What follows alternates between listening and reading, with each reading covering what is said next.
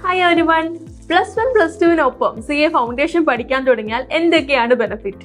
ഞങ്ങൾക്ക് അറിയാമല്ലേ, 6 മാസം മുമ്പേ എക്സാം എഴുതാൻ പറ്റും. ഇത് നിങ്ങൾക്ക് അറിയാം, എനിക്കും അറിയാം. ഇതല്ലാതെ വേറെ എന്തൊക്കെയാണ് ബെനിഫിറ്റ്സ്, അതാണ് നമ്മൾ ഈ വീഡിയോയിൽ കവർ ചെയ്യാൻ ഉദ്ദേശിക്കുന്നത്. ഓക്കെ, സോ അടുത്ത വർഷം ജാനിൽ എഴുതുന്നതിന് പകരം ഈ വർഷം മെയ്യിൽ തന്നെ നിങ്ങൾ എക്സാം എഴുതും. അപ്പോൾ ആ മെയ്യിലേക്ക് പ്ലാൻ ചെയ്ത് നിങ്ങൾ എക്സാം എഴുതുന്ന സമയത്ത് നിങ്ങളുടെ ബോർഡ് എക്സാമിന് ഏതൊക്കെ രീതിയിലായിരിക്കും CA foundation preparations help ചെയ്യുന്നുണ്ടാവുക?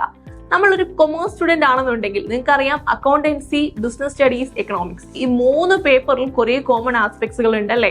So foundation ലെവലിൽ പഠിച്ച ഒരു കുട്ടിയെ സംബന്ധിച്ച് നിങ്ങളിപ്പോ ഒന്ന് ആലോചിച്ച് നോക്കിയേ, 6ാം ക്ലാസ്സിലെയും 7ാം ക്ലാസ്സിലെയും ബുക്ക് നിങ്ങളുടെ കയ്യിൽ കിട്ടിയാൽ എന്ത് സിമ്പിൾ ആയിരിക്കും. അതുപോലെ നിങ്ങൾക്ക് +1 +2 സിലബസ് സിമ്പിൾ ആയിട്ട് ഫീൽ ചെയ്യും ഫോർ ദീസ് 3 പേപ്പേഴ്സ്. ഇനി സയൻസ് സ്ട്രീമിൽ നിന്ന് വന്നൊരു കുട്ടിയാണെങ്കിലോ പേടിക്കണ്ട, നിങ്ങളുടെ മാത്സിന്റെ പേപ്പറിൽ എക്സ്പേർട്ട് ആയിട്ടുള്ള അഡ്വൈസുകളും ഏറ്റവും ക്വിക്കസ്റ്റ് വേയിൽ അത് സോൾവ് ചെയ്യാനുള്ള ടിപ്സും ട്രിക്സും കാൽക്കുലേറ്റഡ് ട്രിക്സും ഒക്കെ നിങ്ങൾക്ക് അവൈലബിൾ ആക്കി കിട്ടും CA ഫൗണ്ടേഷൻ ക്ലാസ്സിലൂടെ.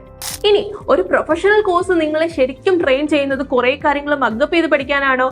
ഒരിക്കലും അല്ല. നിങ്ങളുടെ അനലിറ്റിക്കൽ സ്കില്ലിനെ ആയിരിക്കും അത് ഡെവലപ്പ് ചെയ്യുന്നുണ്ടാവുക.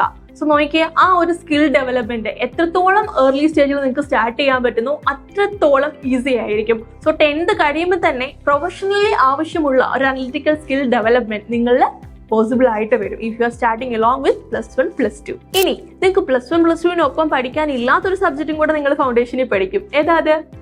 Business law. ഈ ബിസിനസ് ലോ പേപ്പറിന്റെ പ്രത്യേകത എന്താണെന്നറിയാമോ?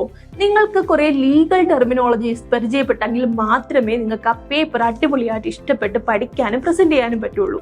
സോ 12th ശേഷം പെട്ടെന്ന് ഒരു 4 months കൊണ്ട് ആ ഒരു സ്കിൽ ഡെവലപ്മെന്റ് പോസിബിൾ അല്ല.